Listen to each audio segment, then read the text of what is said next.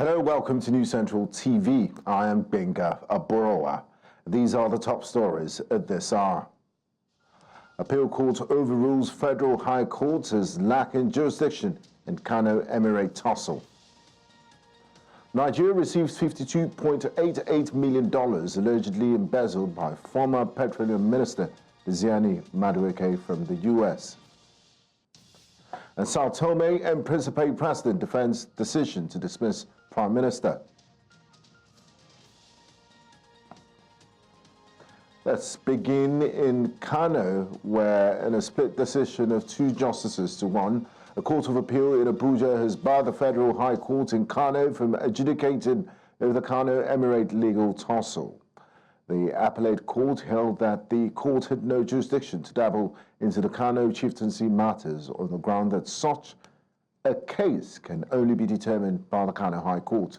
Justice Gabriel Kolawole, who delivered the lead judgment, held that the Federal High Court has no business adjudicating over the chieftaincy matters, but ordered that the matter be returned to the Kano State High Court, being the proper court for such matters.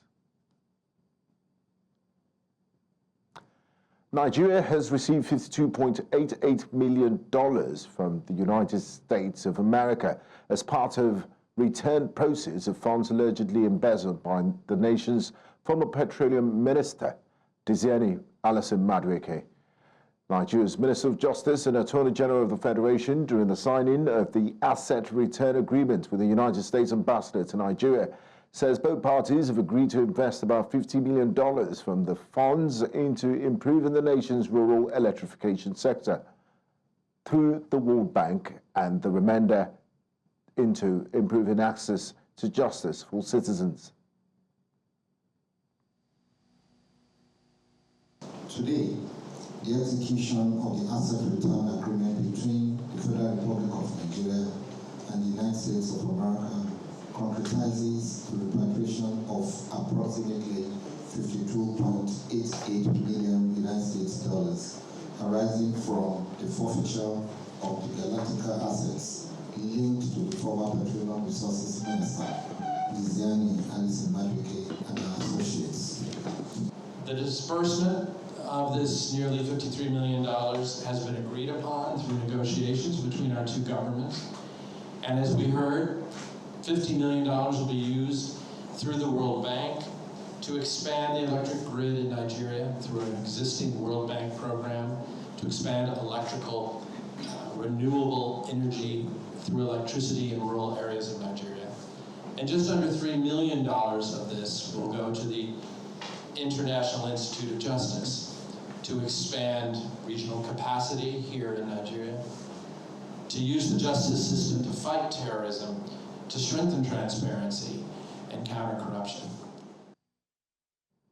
The presidency has accused Bauchi State Governor Bala Mohammed of engaging in irresponsible politics and failing to prioritize the welfare of his constituents, many of whom it described as amongst the most impoverished in the country. In a statement released on Friday by the Special Advisor to the President of Media and Public Communication, Sunday Dare, the presidency expressed disappointment over Governor Mohammed's alleged preoccupation with political grandstanding instead of addressing the pressing challenges facing Bauchi State. The presidency further criticized Governor Mohammed for allegedly diverting attention from critical state issues by targeting the administration of President Bola Ahmed Tinubu. In the meantime, the Coalition of Northern Groups, CNG Kaduna State Chapter, in collaboration with civil society organizations and critical stakeholders, have opposed the tax reform bills being pushed by the federal government. These made their intention known at a town hall meeting convened in Kaduna to discuss the bills, even as they called for the reduction of VAT to 3% instead of the proposed 15%. The town hall brought together a cross-section of policymakers, academics, civil society actors, community leaders, youth groups, and concerned citizens to deliberate on the implications of the proposed tax reform bills. Participants expressed profound concerns over the potential socio-economic consequences of the reforms, highlighting the heavy burden they may impose on already struggling citizens and businesses in the region. Earlier, economic analyst Olusegun Okwade shared his thoughts on this. To look at the global best practice and the standard rate that is obtainable globally. If you look to Europe, you discover that what is being charged on this value-added tax, because it's not peculiar to our country, is an average of between 17 to 27% across the globe there. By statistics, you go to Hungary, you see about 27%. In Croatia, you have about 25%. In Finland, about 25% in Greece. And when you even go to the Asian country, you have as much as 18 to 20%. And it will sound a bit ridiculous to hear that value added, because you need to have understanding of the VAT that we're talking about. It's about paying for value, extra value that you've actually carried out. And don't forget that the fiscal policy team has gone as far as exclude certain services or goods that they feel will impact on the common man, so that we can have equity, which is the basis of taxation for everybody. So when you come to say that extra value being contributed by a certain set of people should be reduced for every reason, I think they need to come up with the justification for having such reduction as against best practice that is obtainable globally.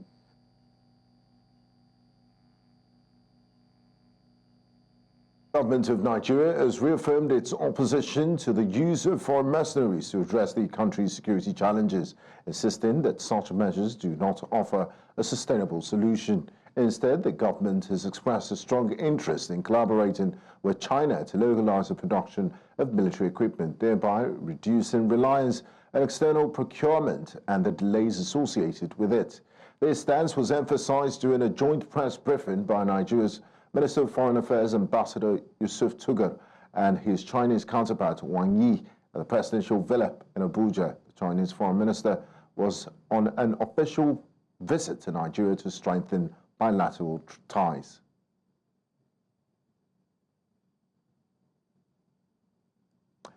Now, join us to discuss this. We have a security expert and executive director at Elixir Trust Foundation, Mr. Emmanuel Ukule. Thank you very much for joining us, Mr. Ukule. So much for having me. Now let's start with, let's get straight to it. What are the potential security risks associated with employing foreign mercenaries in Nigeria's fight against insecurity? For a lot of countries that have been using or tried to get foreign help to come and aid in tackling issues of insecurity like the one we are currently facing, such countries also means opening your borders for others to be aware of certain intel that should actually be internal to your government. So when you bring people that are alien to your country or not back from your country to come and address those concerns, you certainly share certain intel, certain information that helps them to go to the field and address such concerns. So that is one. Secondly, some of these persons also have, some of these groups or mercenaries also have their own intention coming to such countries. Some of them may even have affiliation with even some of these insurgents or terrorists in one way or the other. Because at times where you fail to also play your own part of the bargain, maybe at the end of their tenure or time, that after they have helped in addressing that concern, and you fail in fulfilling your own part of maybe the payment or something, they may as well also become terrorists in your own country. Or aid those persons they have come to actually push out, to come back and actually fight you better. So there are issues like this lingering, but in a situation where you have law enforcement officers in thousands, and if you put them together, they are in millions, by failing to address concerns of people that we can say they are less than 10,000 in the whole of northern Nigeria, then you are seeing it that maybe that can be an alternative, because we have tried using that before, and to an extent it actually aided during Goodluck Jonathan's tenure before elections. Now, Emmanuel, just today, speaking in Aston Villa, the Chinese foreign minister did mention that China was going to support Nigeria in terms of manufacturing of weapons, so we don't have to look outside when we want to procure hardware for our military. I believe we have the Defense Corporation of Nigeria, DICON, is a company in Nigeria, run by the Ministry of Defense, that produces small arms. How much of good news is this, and what are the implications? For me, it's not good news, because it's not that we don't have the resources to address this concern. It's a lack of political will and a lack of willingness on the part of law enforcement officers to actually address this concern. If you look at the report of the last administration, of Buhari's administration from 2015 to 2023, there were a lot of funds being spent. For the Air Force, we had about 38 aircraft that were actually ordered, were actually purchased, and we have 36 ordered aircraft. For the military, you had numerous names. At the same time, you had about 700 that were actually being put together in Nigeria. That means before now, Nigeria, to an extent, have also been working towards having our own kind of mini factory that put together some of these machines together for our own use. For the Navy, also had about 400 or more added to what we had before the administration started supporting with any funds. Now, but Emmanuel, don't you see an advantage in us producing our own? Because you said it's not so much of good news. If you do recall, during the administration of former President Goodluck Jonathan, the United States refused to sell arms to Nigeria, citing what it called the Leahy laws. The Leahy laws prevent America from selling weapons to countries with dubious human rights records, and we know how much of a fix we're in because we couldn't get this weapon. So is it not a positive thing for us to be self-sufficient when it comes to weapons production? From my own angle and how I'm looking at it, if a country like ours produces new weapons, which is good, but of what use? Because the ones we have currently have not been put into use yet. Why? If the one we currently have been put into use, we won't even be having this discussion because those issues would have been addressed. That is what I'm saying. So producing new ammunitions, it's not authorization to use them. It doesn't mean that the manpower or the personnel we have on ground will go into the field to address this concern. In a whole year, you may hear of only 3 times or 4 times that the Navy have gone into the field. And you may hear about 10 times or once monthly that the military have gone into the field. This has been lingering for how many years? Recently, there's also another terrorist group also coming up. So what I'm saying is, no matter the number of ammunitions we produce, if there's no political will, it's not just by the press conferences they have, in dishing out information to the press to put out there that we're actually doing something. It's going into the field physically and addressing these concerns. That is what the Nigerians are looking at. Till date, citizens are paying rent to go to Lukurawa in Sokoto State and other places. Till date. The ammunitions we have not used them. That is what I'm saying. So let us use the one we have, and then partnership is fine, because even the Police Act even permits using getting technical expertise to come and improve or build our capacity areas, which is good. Okay, Emmanuel, before I let you go, in your opening statement, you did express reservations against the use of mercenaries, but you do understand that no country is an island. You also did allude to the fact that we tried this arrangement during the administration of Goodluck Jonathan. Your reasons being intelligence sharing and sovereignty. But what are the technological and intelligence sharing challenges that may arise if foreign mercenaries were involved in Nigeria's security operations? Currently, the Nigerian military have not shown that they have capacity in manning certain equipments. In the last year, there have been deaths caused by misuse of drone or lack of proper control of certain equipment that have led to the deaths of citizens.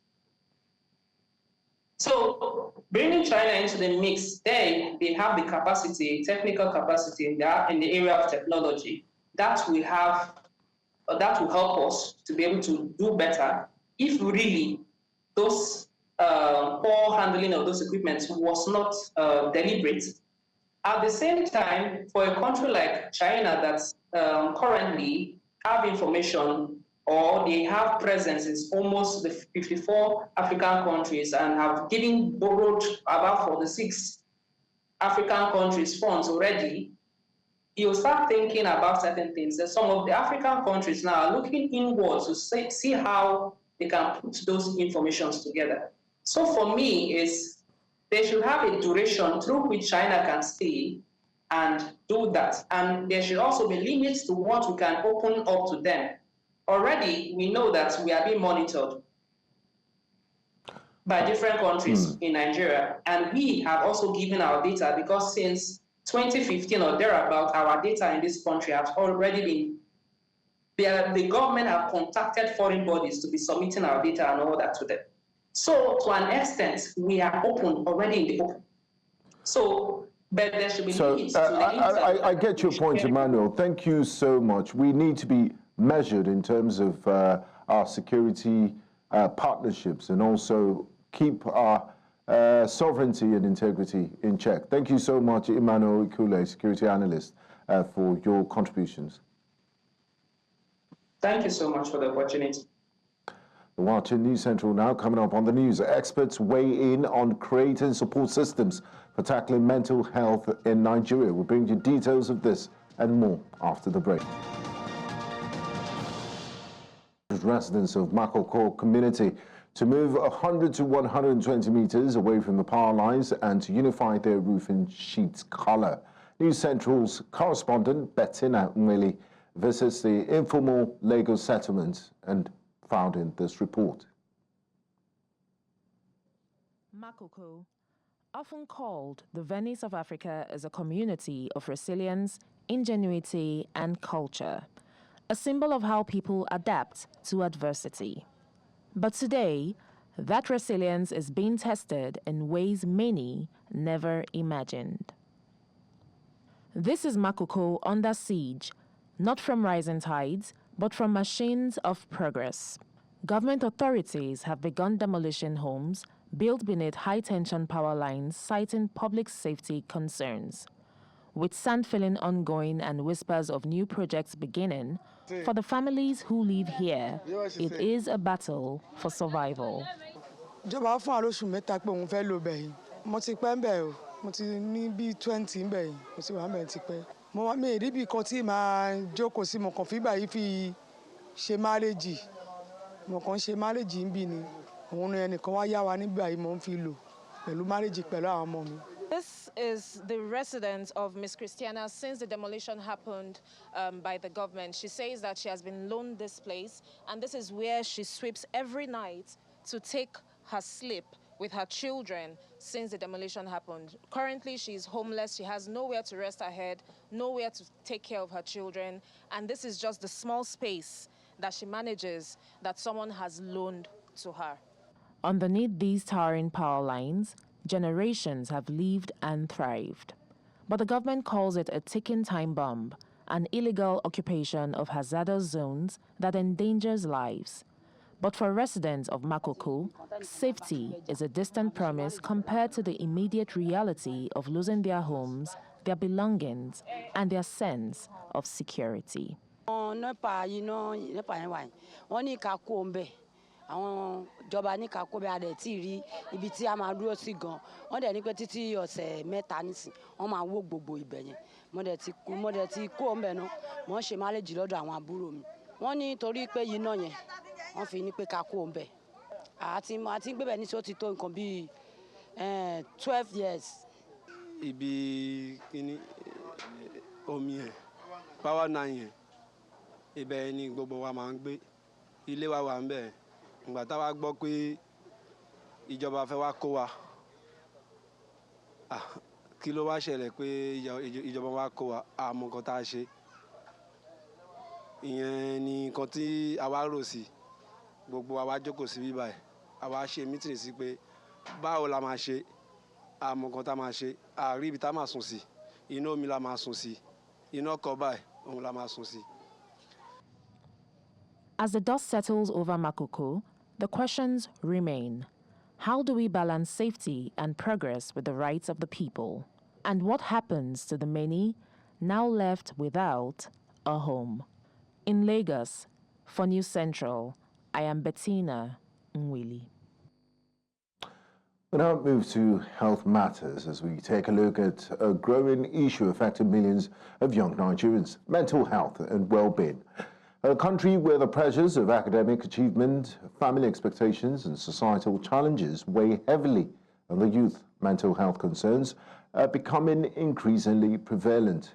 In this report, News Central's Chidima Ona speaks with experts in education, psychology and mental health advocacy to explore how we can create better support systems for our young people.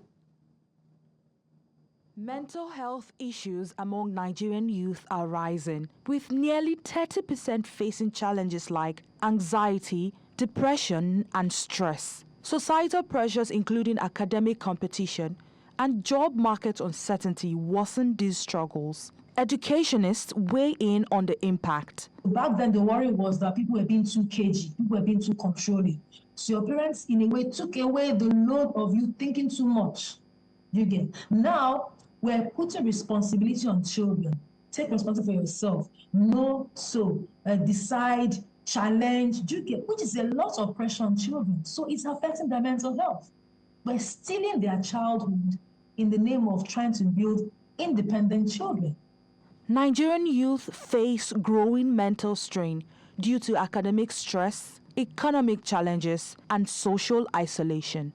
Psychologists stress that addressing these issues requires professional help and support from parents, guardians, and peers. If you see changes like behavioral changes such as withdrawal, sudden mood swing, and all of that, you should know that there's something wrong. I could recall a child that she said, my parents fought. That is why I am unable to learn. Raising awareness and breaking the stigma are crucial to helping young people feel comfortable seeking help.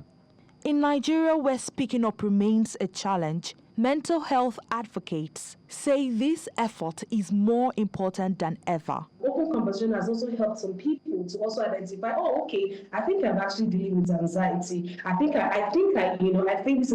having this panic attack, for example. People are able to understand exactly what it is, that they are dealing with. Addressing mental health concerns among Nigerian youth is not just about providing therapy. It's about creating an environment where young people feel supported, understood, and empowered to seek help. As it continues to impact the lives of so many, the time to act is now. And as the saying goes, a stitch in time saves 9. In Lagos for News Central, I am Chidima Ona. An Almajiri young boy, Abba Kaka Adam from Maiduguri in Nigeria's northeast, has developed an artistic replica of the city's newly inaugurated overhead bridge. The 17-year-old boy used a cardboard, paint and other recycled materials to bring the structure to life with astonishing accuracy. News Central's Umaru Kirawa completes the report. Overhead bridge at the Borno Express Transportation Terminal, recently inaugurated as part of a large-scale urban development project, serves as a symbol of growth and modernity for Maiduguri. Without any formal education, Abba Kaka Adam relies on his observational and creative skills to develop this artistic replica of Maiduguri's recently inaugurated overhead bridge. Our qualia, thy paper, thy pentia, our gratana spagulua. adama kawai sai lampa da tana da grass manje da chikuko da korporare kam je da penti kam ge ti intolak kelo. The young talented boy who spends his days studying the Quran revealed that he has memorized 40 hizb of the holy book. I traced the house where Abba Kaka and his parents are staying at Polo area in Maiduguri, the Borno state capital. Au kata su fatan ko zuna au duro yanzu ba dabba so feso ngam kora so zaki so kam so sama duro ngia kuru exactly biya uma jam muna hadan muna wi ajab kokola wallahi we shar cha monti kran ma duro biya nya monti ke kran cha cintu engineer da walli ala so nyindo dai alai dai hal nyido da monti ko irbaw dai ama duro inda so dia wallahi exactly kam ma nosku mana kurjin wallahi kurja shi kam ma nosku ma rumiya shar mi wani gai gulli wallahi abakaka zauro kokoriya ya zauro ilmun zu alabaraska alhamdulillah ala ishirocina zauro kokoriya tara atro kurukin yando da zauro murna da yana farin ciki da yana da kawai a wulnyen mambiya ala sha hapsu ala sha banazu kurne ala ne a banazu kurushe kala kawa asirin ne din da sha banaza sha montifo yara girja ma da taida zu kokori su ne abakaka o kan bula de kuru montin baw falma wata kai Abba Kaka's father, Adam Suleiman, works as a mason to earn a means of survival. Da tarayi kuma ba ka tuma da koko yanzu ala na da ala banana da kamla wanda ke da wa gwamnati ya kwanzu wa hapsu da sha su mu a wazu da hapsu wa da ala da bo yanzu da ai kuma da ci gaba ta din da we dunai da tasirin ko ya hunin jama'a dulin bai ala barasa kan da gwamnati ya ngo tarayi kura da monti ta mazuna SS3 ta mazuna kuma ilmu wayata ne fa ne kwa duk zuna kuma kan damgana da san masa gana da amma da ya futu dike sha huro zuta ya bawo da kuma nan yana kuma na sha gana ga leburanci da dikin can monjin ma kuma da ya fango ma wajira da wa bana zu da tara indiyan da sai sha bakkaran dun zai gura hafsu da ala ci da sai alma mai gwamnatin bana dunai gana mama. The art by Abba Kaka, made from recycled materials, mirrors the actual overhead bridge here. While the extraordinary skill of the young Almajiri Abba Kaka speaks volume of his level of talent, deliberate effort is needed to support him actualize his dream of becoming an engineer.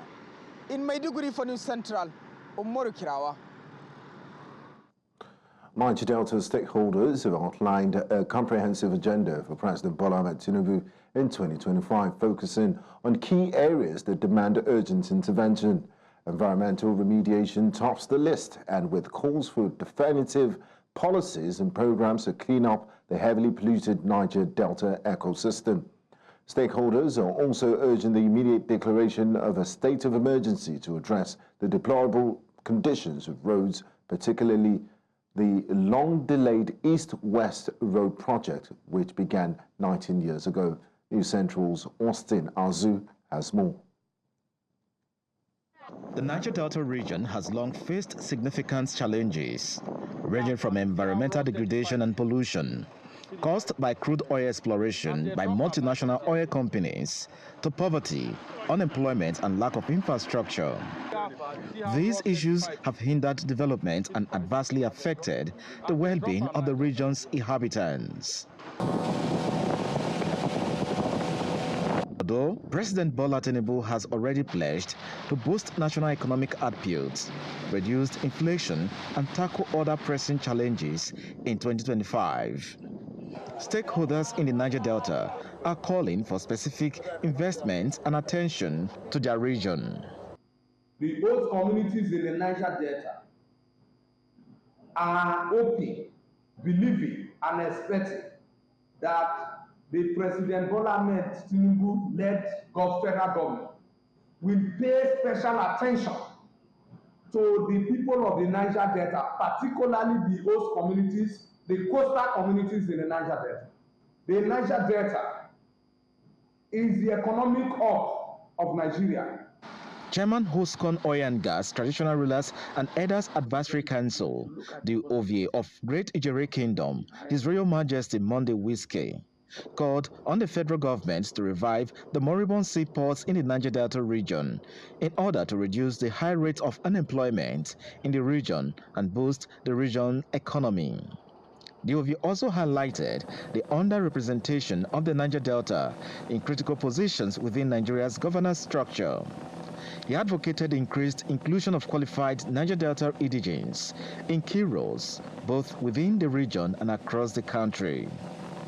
One of the huge things that can create job in the Niger Delta today is the abandoned seaports in the Niger Delta. In Delta State, it might surprise you to know that there are 4 seaports in Delta State. In fact, the first seaport in Nigeria is in Delta State. The Brutu seaport was constructed in the late 18th century. It's still there, wasting away. The president of Ijaw National Congress, Professor Benjamin Ukaba, and chairman UPU Oil and Gas Technical Committee, Igoyota Loki, noted that the region suffers from a severe lack of infrastructure. They pointed to the poor state of roads, bridges, and public utilities as major obstacles to economic development and quality of life. They also called on the president to prioritize the revitalization of the East-West Road, a vital link for the Niger Delta states. The East-West Road concerns us because as an area, the region producing the resources that sustain this nation, that should have been the finest road in this country. For all the monies from Nigeria, most or 90% of the monies in Nigeria are gotten from this region. The number of hours our people spend on the road is not acceptable. President Tinubu, walk on the roads in the Niger Delta, please. It's a passionate appeal. Please do all you can. I know you can. Addressing the Niger Delta's complex challenges will require a multifaceted approach. Stakeholders insist that the administration must implement targeted policies and programs to ensure the region's development becomes a priority. In Asaba for News Central, I'm Austin Azu. Millions of African women and girls constitute up to 70% of informal cross-border traders, yet their contribution to trade and industrialization is grossly undervalued, especially as they face several challenges just to make ends meet. Experts therefore urge women to take advantage of some policies by ECOWAS to eliminate these challenges. News Central's Omolola Ololade has more in this report. Women contribute significantly to cross-border trade in Africa, therefore contributing to the economies of many African countries, while providing income for approximately 43% of the continent's population. Despite their contributions, women engaging in informal cross-border trade are burdened by diverse factors ranging from tariff to non-tariff barriers, bureaucratic border processes, sexual harassment and sexual abuse, among others. Some of the women strongly believe a lack of access to information is a major challenge. Information is key. There is a lot that is available on the continent, but because we do not know what we can do, what is possible, so we are limited in that, on that note. There are still issues with road connectivity. There are still issues with creating silos in factories and ensuring that women are able to package their products such that it is world standard. There are limitations when it comes to capacity building. The ECOWAS liberalization scheme can play an important role in eliminating some of these challenges, but experts say women in cross-border trade must be well informed about the scheme. The first challenge and the first thing women entrepreneurs should do is to get informed of this scheme, because it gives them all the information they need to do to go across. And when they are well informed and they get onto the border, nobody can cheat them because they know their rights. ECOWAS policies have significant potential to boost small-scale cross-border trade, especially for women. Addressing its implementation challenges remains crucial. Everything to support women business owners are also enshrined in that. The only thing we need is for member states to implement the test. Implementation is just the problem. So if it's done, then you see that the region will thrive in terms of businesses. Liberalizing cross-border trade continues to play a critical role in creating economic opportunities for women. Hence, creating policies and ensuring urgent implementation remains necessary for the desired outcome. In Lagos for News Central, I am Omolola Ololade. You're watching News Central now. Coming up on the news, Sao Tome and Principe President defends decision to dismiss Prime Minister. We'll bring you this and more after the break.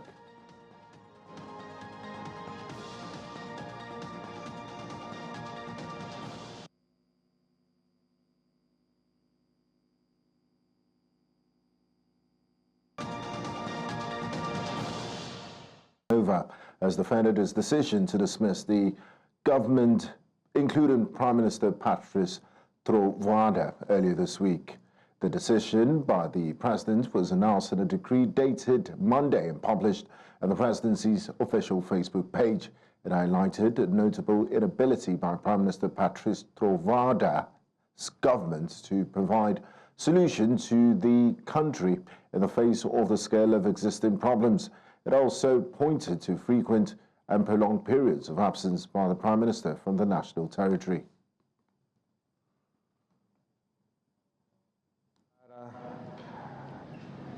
A concessão do nome do novo primeiro-ministro do próximo governo, ou seja, o prazo de 72 horas que foi concedido ao Partido Ação Democrática Independente, ADI. Ao longo destes anos, privilegiei sempre a estabilidade governativa e nacional.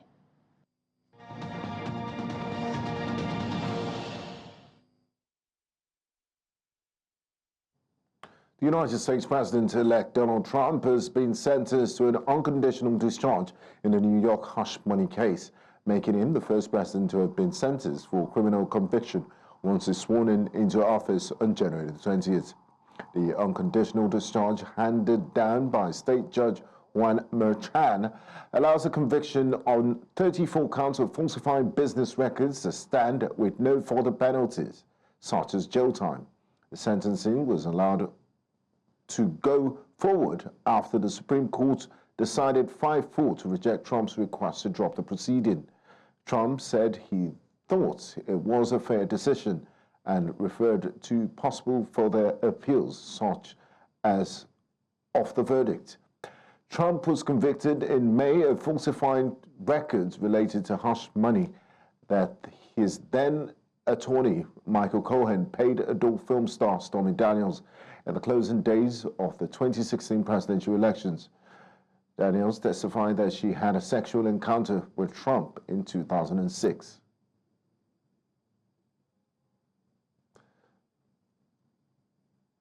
This is News Central now. We'll go on a quick break, and when we return, we'll bring you more stories. Do stay with us.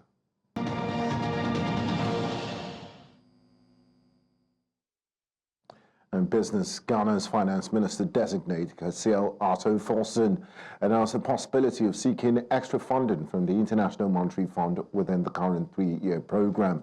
Speaking in the Ghanaian capital, Accra, Forson emphasized collaboration with the IMF and other partners to bolster the economy and reduce reliance on treasury bills. He highlighted plans to cut public spending and address inefficiencies to curb inflation and resume domestic bond issuance by mid-year. The government also aims to finalize external debt restructuring, particularly with non-Eurobond creditors. Ghana's President John Dramani Mahama's administration is committed to economic stabilization, focusing on fiscal discipline and leveraging partnerships to address the nation's financial challenges. Nigeria's transmission company of Nigeria, TCN, and the Abuja Electricity Distribution Company, AEDC, have announced a planned power outage in Abuja from January the 6th to January the 20th. with daily disruptions occurring between 9 a.m. and 4 p.m. This outage aims to support the relocation of 8 132 kV and 33 kV towers due to ongoing construction projects by the Federal Capital Development Agency. The announcement had sparked significant criticism as many consumers expressed concerns over the insufficient notice given and the potential economic impact on businesses and households. Kunle-Kola Olubio, president of the Nigerian Consumer Protection Network, shared his insights regarding these issues at New Central's Business Edge. Sewage is liquid waste, erosion is liquid waste, and you have solid waste under the Abuja Environmental Protection Board. You have the FCT water board, because most of the ductile iron that carries water, flow of cascading of water from the lower Usma Dam to different parts of the FCT where you get water supply from the lower Usma Dam. They are usually buried under the ground and passes through some of these road corridor. You equally have the Federal Capital Development Authority. You have the Nigeria Electricity Management Service Agency, which is like the NAFDAC in the power sector. And most of this infrastructure concern, they are either 330 or 132 infrastructure, and they fall within the purview of Transmission Company of Nigeria. Then you have the host distribution company, Abuja Electricity Distribution Company, as well as the contractor. For every contract of this nature, the cost of removal of existing network, whether towers, whether concrete poles, whether conductor and